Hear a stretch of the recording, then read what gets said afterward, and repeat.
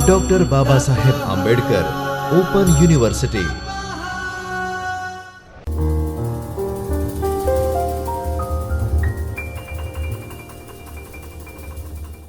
नमस्ते विद्यार्थी मित्रों, मैं doctor Shailesh Wankar, associate professor Hindi, doctor Baba Saheb Ambedkar open university Ahmedabad के ज्योतिर्मय परिसर में स्थित चैतन्य स्टूडियो से बोल रहा हूँ। आज हम SYBA के अंतर्गत EHD 2 और इकाई 4 के अंतर्गत कबीर का काव्य के बारे में विस्तार से चर्चा करेंगे।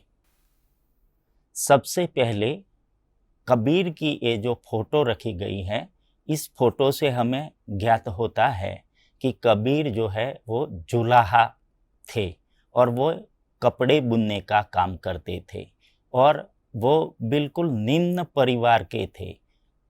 फोटो के पीछे देख सकते हैं हम, उनकी एक झोपड़ी लगी हुई है और वो जो व्यवसाय करते थे कपड़ा बुनने का, वो काम करते हुए दिखा रहे हैं।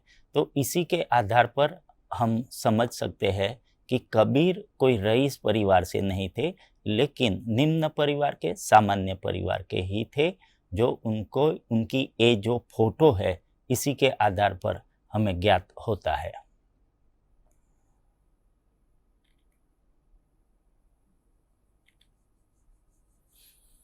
इकाई 4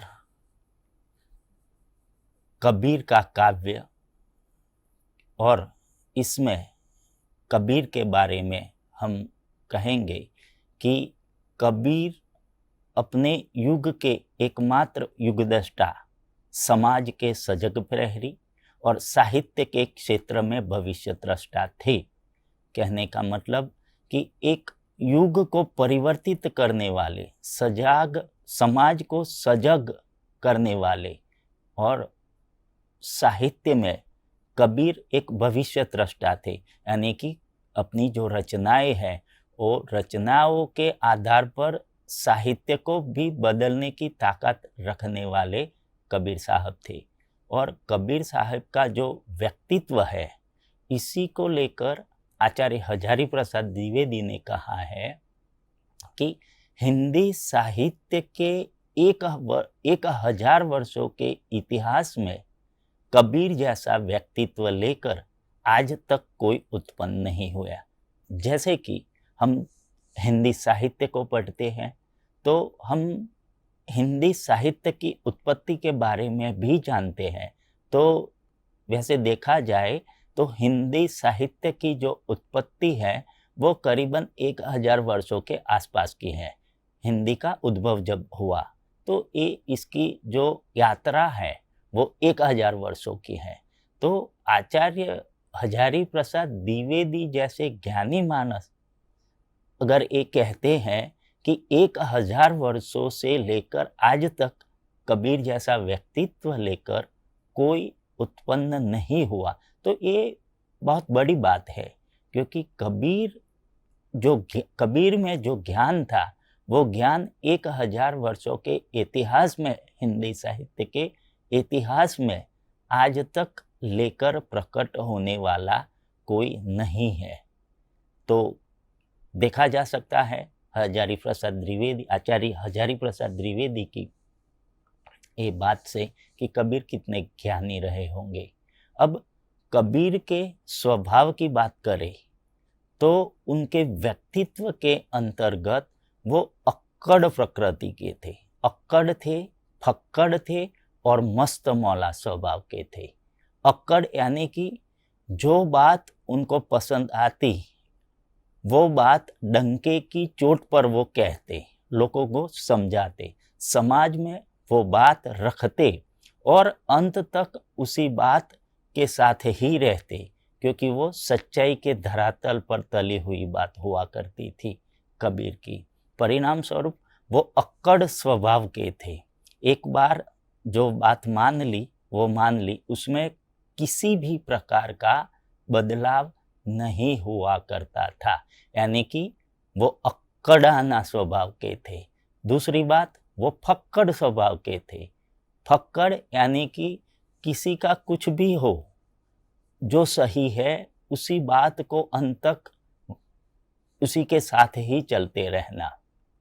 जैसे कि उनके साथ, उनकी विचारधारा के साथ जानने वाले, समझने वाले लोग ही हुआ करते थे, और उनकी जो ज्ञान की बात थी, वो ज्ञान की बात के परे अगर कोई बात हुआ करती और लोग मानते, तो वो उनसे नाता तुरंत तोड़ देते थे।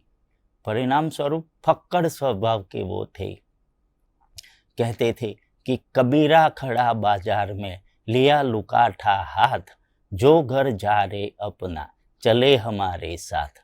तो जो मेरे जैसा बनकर आए वो ही मेरे साथ रहे, ऐसी एक प्रकृति के स्वभाव के कबीर साहब थे। परिणाम स्वरूप वो फक्कड़ाना स्वभाव के थे। इसके साथ साथ मस्त मौला स्वभाव के थे। मस्त मौला यानी कि आज़ाद जिंदगी जीने वाले। साई इतना दीजिए जामे कुटुंब समाए, मैं भी भूखा ना रहूं, साधु भूखा न जाए। कहने का मतलब कि मुझे सिर्फ इतना ही चाहिए कि जिससे मेरा और मेरे परिवार का पालन पोषण हो सके, और मेरे साथ सज्जन व्यक्ति, साधु व्यक्ति, सत्संगी व्यक्ति अगर मेरे घर आए तो वो कभी भूखा प्यासा ना जाए। यह प्रकृति उनके स्वभाव की, कबीर साहब की रही है, इसलिए वो मस्त मौला स्वभाव के थे।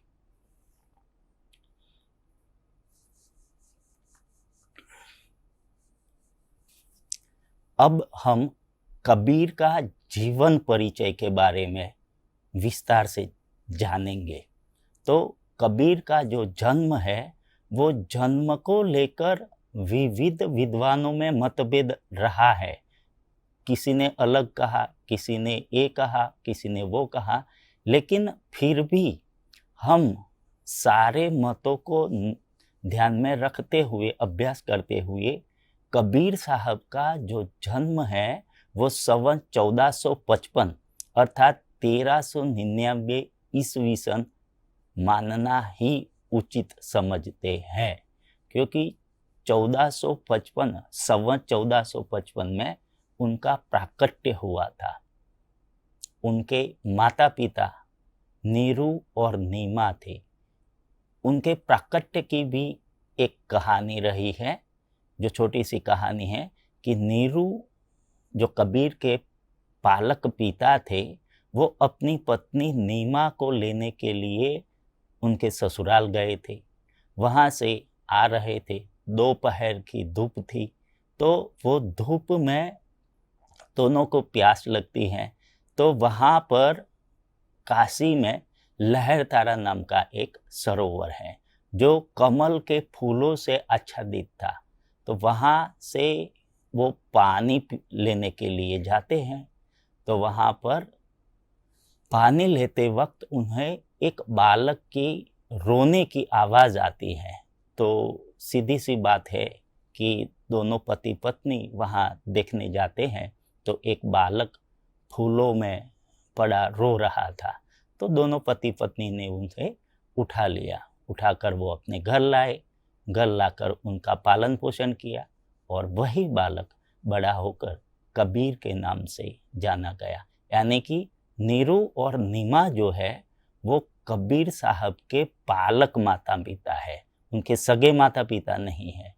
तो इस तरह कबीर का जो जन्म है वो लहरतारा नामक सरोवर में हुआ था, और वहाँ से नीरू और नीमा नामक दो पति पत्नी को कबीर साहब प्राप्त हुए थे। और आगे उनकी जो कर्म भूमि है, कहने का मतलब नीरू और नीमा का जो घर था, जहाँ पर वो रहते थे, वहाँ कबीर का पालन पोषण हुआ और वो बड़े हुए। और वही घर, वहीं पर रहते हुए पूरे संसार को कबीर साहब ने आध्यात्मिक ज्ञान दिया, सत्संग किए। कई लोग वहाँ आया जाया करते थे, बड़े बड़े संत वहाँ आया जाया करते थे, वहाँ पर सत्संग हुआ करता था।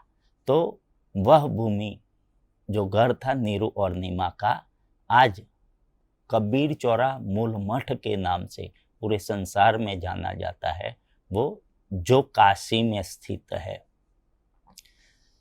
कबीर साहब के शिष्य कितने थे? तो कबीर साहब के प्रमुख 12 शिष्य थे, लेकिन इस 12 शिष्य में भी कबीर के प्रमुख शिष्य की जब बात आती है तो कमाल, कमाली, धर्मदास, जागुदास, भागुदास और सर्वानंद ये प्रमुख संत है। कमाल और कमाली को ज्यादातर लोग कबीर साहब के पुत्र मानते हैं, लेकिन ये सही नहीं है, क्योंकि कबीर साहब ने कभी शादी ही नहीं की। लेकिन पहले के ज़माने में जो संत हुआ करता था, उनके जो शिष्य होते थे, वही उनके संतान के रूप में जाने जाते थे। परिणाम स्वरूप कमाल और कमाली दोनों कबीर साहब के शिष्य थे, उनके पुत्र या पुत्री नहीं थे। इसके अलावा धर्मदास, जो धर्मदास भी उनके शिष्य थे।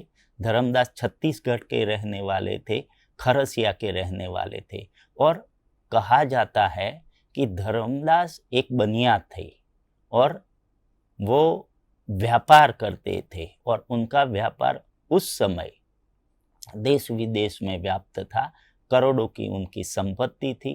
कहा जाता है कि कबीर साहब से मुलाकात होने के बाद धर्मदास ने अपनी सारी संपत्ति आध्यात्मिक ज्ञान प्राप्त करने के लिए ही लगा दी थी, और कहा जाता है कि उस समय धर्मदास की जो संपत्ति थी वो 56 करोड़ की थी, और वो सारी संपत्ति धर्मदास ने यहाँ कबीर साहब को कबीर चौरा में दे दी थी।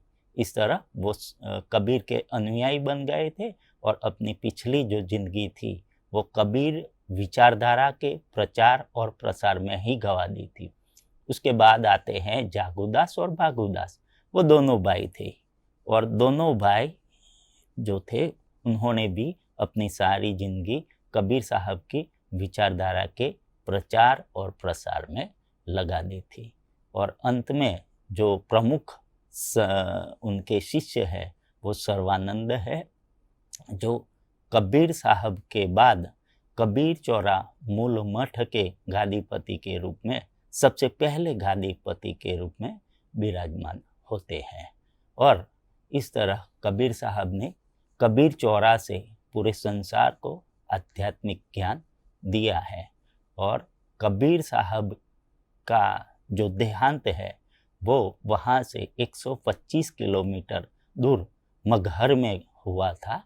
उनका जन्म 1455 में हुआ और उनकी जो मृत्यु है वो 1575 में हुई थी।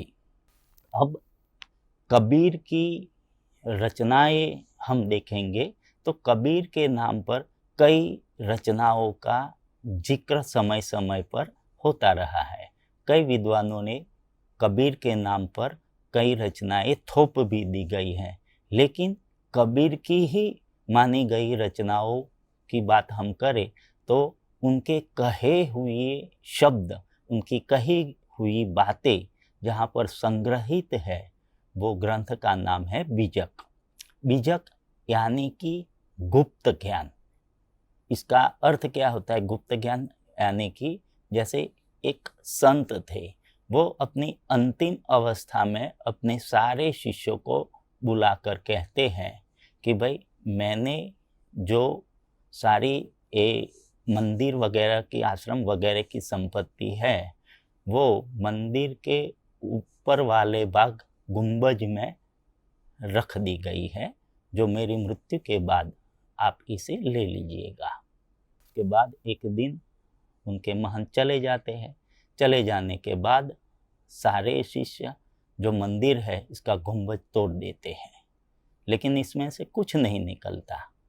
फिर वो कहते हैं कि हमारे गुरु कभी झूठ नहीं बोलते, तो फिर ये संपत्ति क्यों नहीं मिली? तो वो एक ज्ञानी संत को बुलाते हैं, बुलाकर कहते हैं कि भाई हमारे गुरु ने ऐसा कहा था कि ये उपले हिस्से वाले जो मंदिर का गुंबज है इसमें सारी संपत्ति रखी गई है, लेकिन हमने तोड़ दिया है तो कुछ मिला नहीं। तो वो संत ने उन्हें सारे उनके शिष्यों को बताया कि भाई मंदिर जैसा था वैसा ही बना दीजिए। तो मंदिर बन गया। उसके बाद पूर्णिमा के दिन जो मंदिर है उसका गुंबज की परछाई जहाँ पर पड़ती थी उस परछाई पर जाकर वो गाड़ते हैं तो वहाँ से धन मिलता है। कहने का मतलब कि इस तरह बीजक का अर्थ गुप्त ज्ञान होता है। इसके अलावा दूसरा प्रमुख रचना के तौर पर माना जाता है गुरु ग्रंथ साहब। तो गुरु ग्रंथ साहब जो है वो सिखों का प्रमुख और पवित्र धर्म ग्रंथ है। उस धर्म ग्रंथ में कबीर साहब की कुछ साखियाँ और पद आज भी संग्रहित है और वह बिल्कुल कबीर साहब के ही माने जाते हैं। इसलिए गुरु ग्रंथ साहब जो है वो भी कबीर साहब की रचनाओं से भरा हुआ है। इसके अलावा आधुनिक काल में यानी कि आज अगर प्रमुख कोई रचना हमें कबीर साहब की रचनाओं को देखना है, परखना है, जांचना है तो कबीर ग्रंथावली नाम से संग्रहित एक रचना है जो डॉक्टर श्याम सुंदर दास ने संपादित की है। तो ये जो कबीर ग्रंथावली है इसमें जो संग्रह किए गए हैं वो बिल्कुल कबीर साहब की ही रचनाएं हैं। इसलिए हम मान सकते हैं कि कबीर की प्रमुख अगर कोई रचनाएं है तो वह है बीजक, दूसरा है गुरु ग्रंथ साहब में संग्रहित कुछ रचनाएं और आधुनिक काल में कबीर ग्रंथावली संपादित की गई है डॉक्टर श्याम सुंदर दास के द्वारा। कबीर काव्य का ज्ञान पक्ष तो मध्यकालीन निर्गुण ज्ञानाश्रयी शाखा के प्रमुख संत कवि के रूप में कबीर का नाम लिया जाता है। निर्गुण ज्ञानाश्रयी शाखा वैसे देखा जाए तो भक्ति जो है वो एक तो निर्गुण है और दूसरी सगुण है। सगुण का अर्थ होता है जो देखा जाए सामने, जबकि निर्गुण का अर्थ होता है जो दिखता नहीं। और ज्ञानाश्रयी शाखा निर्गुण निराकार है, इसका कोई आकार नहीं, निराकार है, दिखता नहीं। तो वो निर्गुण और निर्गुण की भी दो शाखाएं हैं, ज्ञान मार्गी शाखा है और प्रेम मार्गी शाखा। तो ज्ञान मार्गी जो शाखा है उस शाखा के प्रमुख जो है वो संत कबीर है। तो यहाँ पर ज्ञान की बात होती है तो कबीर जो है वो ज्ञानी संत है। उन्होंने जो जो बातें की है वो ज्ञान के आधार पर की है। तो इसलिए हिंदी साहित्य के इतिहास में संत कबीर को निर्गुण ज्ञानाश्रयी शाखा के प्रमुख संत कवि के रूप में जाना जाता है। निर्गुण निराकार ईश्वर, तो उन्होंने कबीर साहब ने ईश्वर को निर्गुण बताया जो आकार से परे है। कबीर साहब ने निर्गुण निराकार जो है इसे ईश्वर मानता है। वो मानते हैं कि कण कण में है भगवान और आत्मा ही परमात्मा है। जबकि सगुण में क्या होता है, जैसे कृष्ण है, भगवान राम है तो कृष्ण ऐसे दिखते हैं, पीताम्बर धारण करते हैं, मोरपिंछ धारण करते हैं, मुरली धारण करते हैं। तो वहाँ सब देखता है कि एक भगवान की परिभाषा हो जाती है। लेकिन निर्गुण में क्या है, वो निराकार है, इसका कोई आकार नहीं है, फिर भी कण कण में वो बसता है। कहने का मतलब कबीर साहब मानते हैं कि आत्मा ही परमात्मा है। वो कहते हैं कि जल में कुंभ, कुंभ में जल, बाहर भीतर पानी, फूटा कुंभ जल जल ही समाना, यह तथ्य किसे गिनाओ। कहने का मतलब पानी है तो पानी में मटका है और मटके में पानी है, पानी में मटका है, मटके में पानी है और वह मटका गलती से फूट जाता है। तो मटके का पानी और समंदर के पानी दोनों में घुल मिल जाते हैं। फिर हम पहचान नहीं सकते कि मटके वाला पानी कहाँ है, कैसा है, पहचान नहीं सकते हैं। तो बिल्कुल ऐसा ही है, व्यक्ति का जन्म होता है तब उसे नाम दिया जाता है, लेकिन उसकी मृत्यु के बाद उसका जो आत्मा है वो परमात्मा में विलीन हो जाता है, फिर वो मनुष्य नहीं रहता। तो इस तरह कबीर साहब ने ज्ञान की बातें की है, प्रेम तत्व की बातें की है, इसलिए कबीर साहब ज्ञानी कवि थे। उनकी रचनाओं में ज्ञान की ही बात देखने को मिलती है।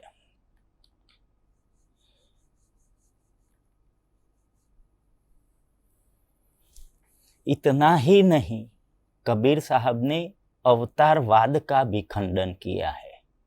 कबीर साहब का यह मानना था कि ईश्वर कभी मनुष्य के रूप में अवतरित नहीं होता। फिर भी कबीर साहब ने अपनी रचनाओं में राम, हरि, माधव और केशव जैसे नामों का प्रयोग किया है। इसके पीछे उनका उद्देश्य ब्रह्म को व्यक्त करने का था। राम यानी दशरथ पुत्र राम नहीं, कबीर के जो राम हैं वो कतई दशरथी पुत्र राम नहीं है। कबीर ने अपने परमात्मा को यानी कि ब्रह्म को उनकी पहचान देने के लिए जो जो शब्द दिए वो राम है, इसके अलावा हरि है, उसके अलावा माधव है, उसके अलावा केशव। तो ये अपनी रचनाओं में कहीं कहीं ये शब्दों का इस्तेमाल कबीर साहब ने किया है। इसकी वजह ये है कि वो परमात्मा की पहचान बनाने के लिए ऐसे शब्दों का इस्तेमाल करते थे। उनका एक कतई मतलब नहीं है कि राम यानी कि दशरथ पुत्र राम।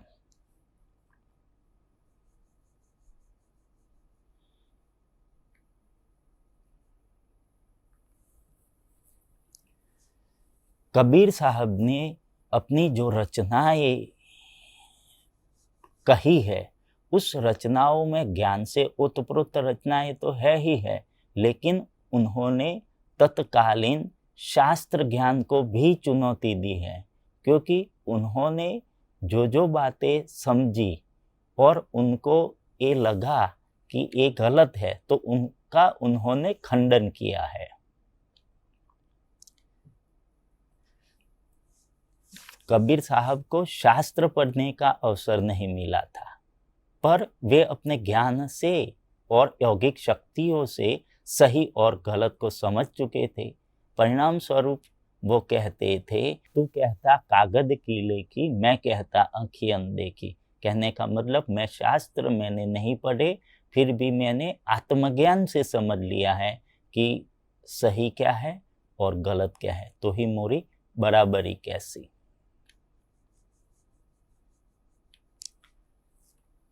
कबीर काव्य का सामाजिक पक्ष। कबीर के समय समाज में प्रमुख दो धर्म थे, हिंदू और मुसलमान। प्रमुख रूप से दो धर्म थे, इसके अलावा जैन संप्रदाय भी था, कई पंथ भी चल रहे थे, लेकिन शासक के रूप में मुस्लिम थे। मुस्लिम जो शासक थे, मुगलों का शासन चल रहा था, तो वो उस समय कई प्रकार के अत्याचार करते रहते थे। परिणाम स्वरूप आम आदमी को सहना पड़ रहा था। इसीलिए तत्कालीन समाज में कई आडंबर भी व्यक्त थे और कई प्रकार के अत्याचार से भी आम आदमी को गुजरना पड़ रहा था। शासक के रूप में जो समय समय पर कई तरह के अत्याचार करते रहते थे। समाज में जातिवाद अपनी चरम सीमा पर था, समाज बाह्य आडंबर में व्यक्त था। परिणाम स्वरूप कबीर साहब कहते हैं कि परमात्मा की खोज के लिए कहीं ढूंढने जाने की जरूरत नहीं है उनको, मुझको कहाँ ढूंढे मेरे बंदे, मैं तो तेरे पास में। मैं ना तो मैं देवर, ना मैं मंदिर मस्जिद, ना गिरजाघर में, खोजी होय तो तुरते मिली हो पल भर की तलाश में। कहने का मतलब परमात्मा को ढूंढने के लिए मंदिर मस्जिद घूमने की ज़रूरत नहीं है, जो आत्मज्ञान से ही परमात्मा की प्राप्ति की जा सकती है। इसी के साथ साथ कबीर साहब ने जाति प्रथा का भी विरोध किया है। कबीर साहब के समय में जाति प्रथा चरम पर थी, जिसका उन्होंने अपने काव्य के माध्यम से खंडन किया है। तत्कालीन समाज को सही मार्गदर्शन भी किया है कि कैसे जीना है, कैसे रहना है और किस तरह वाणी वर्तणुक करनी है। वो सारी बातें कबीर साहब की रचनाओं में से हमें देखने को मिलती है। हिंदू मुस्लिम समन्वय की बात भी कबीर की वाणी से देखी जा सकती है। हिंदू और मुस्लिम धर्म की बदियों को दूर करने का भरसक प्रयास कबीर साहब ने किया है। आम आदमी को कैसे समझ में बातें आए, वह बात कबीर ने कही है। जैसे पाषाण पूजे हरि मिले, तो मैं पूजू पहाड़, ताते यह चक्की बलि पिस खाए संसार। नारी संबंधी दृष्टिकोण, तो कबीर साहब ने अपनी ज़्यादातर रचनाओं में नारी का खंडन किया है। जैसे नारी की झाय परे अंधा हो तो भुजंगा, कबीरा तिनकी कौन गति, जो नित नारिन के संग, या फिर सुंदर स्त्री से तो शूली ही अच्छी। तो एक प्रश्न ये उद्भवित होता है कि कबीर साहब ने नारी के बारे में खंडन क्यों किया। कई बार यह प्रश्न उठ खड़ा होता है। पर तत्कालीन समय में नारियों का उपभोग किया जाता था और वह भी शासकों के द्वारा, कहने का मतलब रक्षक ही भक्षक थे। इसलिए शासकों को सही राह दिखाने के लिए कबीर साहब ने नारी का खंडन किया है। तो विद्यार्थी मित्रों, आज के लिए बस इतना ही। कबीर के बारे में आज हमने उनका दार्शनिक पक्ष भी देखा, उनकी सामाजिक रीत रस्म भी देखी, और अगले लेक्चर में हम दूसरी बात के साथ फिर उपस्थित होंगे। तब तक के लिए मुझे डॉक्टर शैलेश वानकर को इजाज़त दीजिए। धन्यवाद। स्वाध्यायः परमं तपः।